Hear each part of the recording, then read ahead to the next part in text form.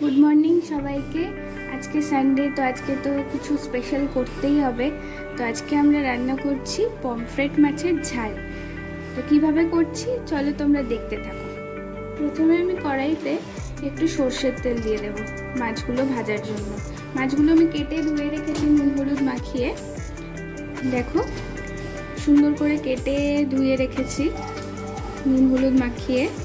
এগুলোকে এবার তেলটা গরম হলে এক এক করে ভেজে নেব। তেলটা আমার ভালো করে গরম হয়ে গেছে, এবার আমি মাছগুলোকে এক এক করে ছেড়ে দেব।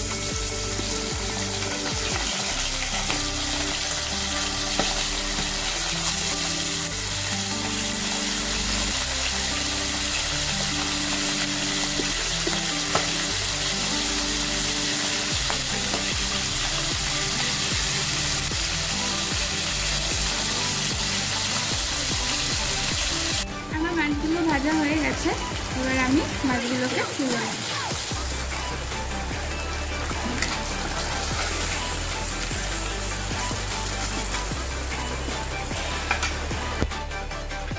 এবার এই একই তেলে আমি একটু কালো জিরে ফোড়ন দেব।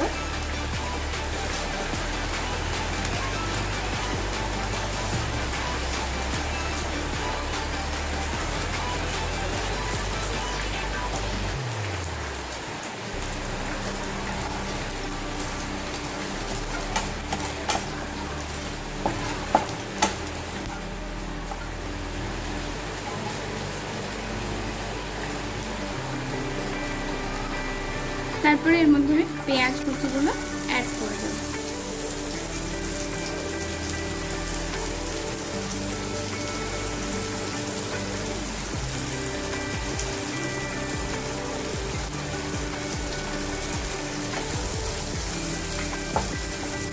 পেঁয়াজগুলো একটু ভাজা ভাজা হয়ে যাক, তারপরে এর মধ্যে আমি মশলা অ্যাড করব। তোমার পেঁয়াজগুলো ভাজা হয়ে গেছে, এবার আমি এর মধ্যে এক এক করে মশলা অ্যাড করব। একটু হলুদ গুঁড়ো, একটু লঙ্কা গুঁড়ো, একটু ধনে গুঁড়ো, সব পরিমাণ মতো দেবে তোমরা। একটু জিরে গুঁড়ো দেওয়ার পর এগুলো একটু ভেজে নেব। মশলাটা যাতে পুড়ে না যায় তার জন্য আমি এর মধ্যে একটু জল অ্যাড করব।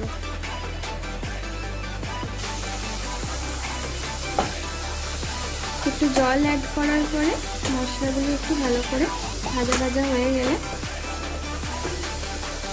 তারপরে আমি এর মধ্যে সর্ষে, পোস্ত, রসুন আর কাঁচা লঙ্কা একটু নুন দিয়ে আমি একসাথে বেটে রেখেছি, সেই মশলাটা এর মধ্যে অ্যাড করে দেব।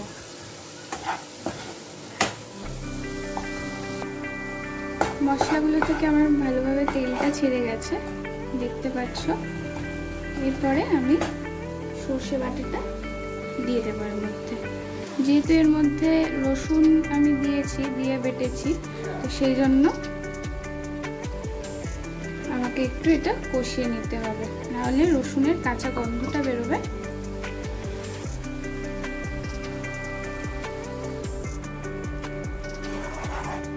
এটাকে একটু ভালো করে কষিয়ে নিতে হবে, নাহলে রসুনের কাঁচা গন্ধটা বেরোবে।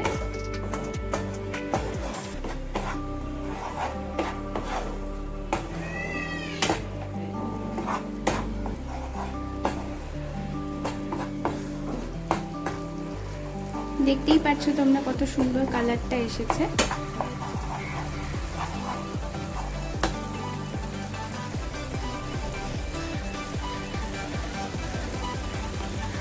এর মধ্যে আমি একটু এবার Kashmiri red chilli powder add করে দেব, আরো ভালো কালারটা যাতে আসে।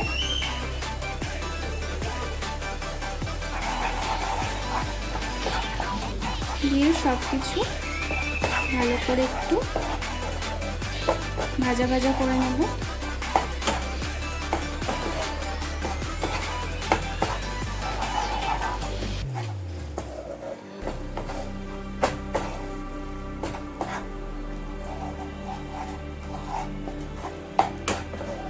তারপরে এর মধ্যে আমি মিক্স মিক্সি ধোয়ার জলটা একটু দিয়ে দেব।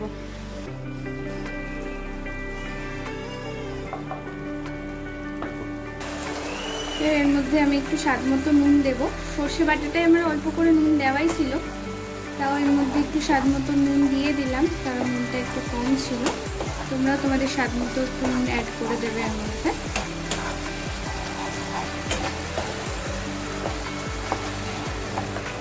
এবার এর মধ্যে আমি একটু কাঁচা লঙ্কা অ্যাড করছি।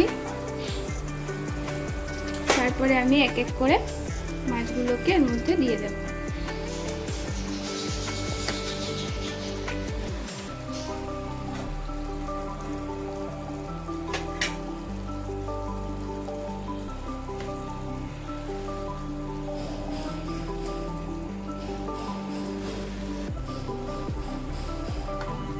মাছগুলোকে আমি এরকমভাবে দিয়ে দিলাম, দিয়ে এটাকে ফুটতে দেবো একটু কিছুক্ষণ। মাছগুলো ফুটছে, আমি এবার একটু এটাকে ঢাকা দিয়ে দেবো।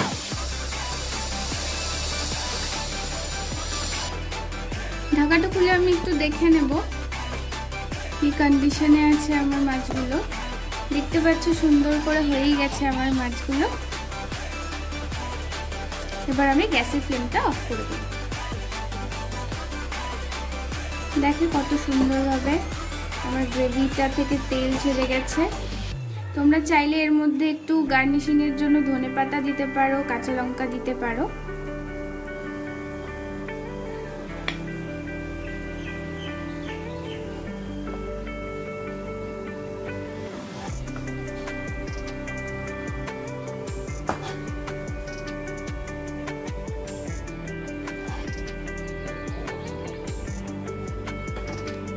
তো রেডি আমার পমফ্রেটের ঝাল। তোমরা এইভাবে বানিয়ে দেখতে পারো, খুবই সুন্দর খেতে লাগে গরম ভাতের সঙ্গে। So let's try it.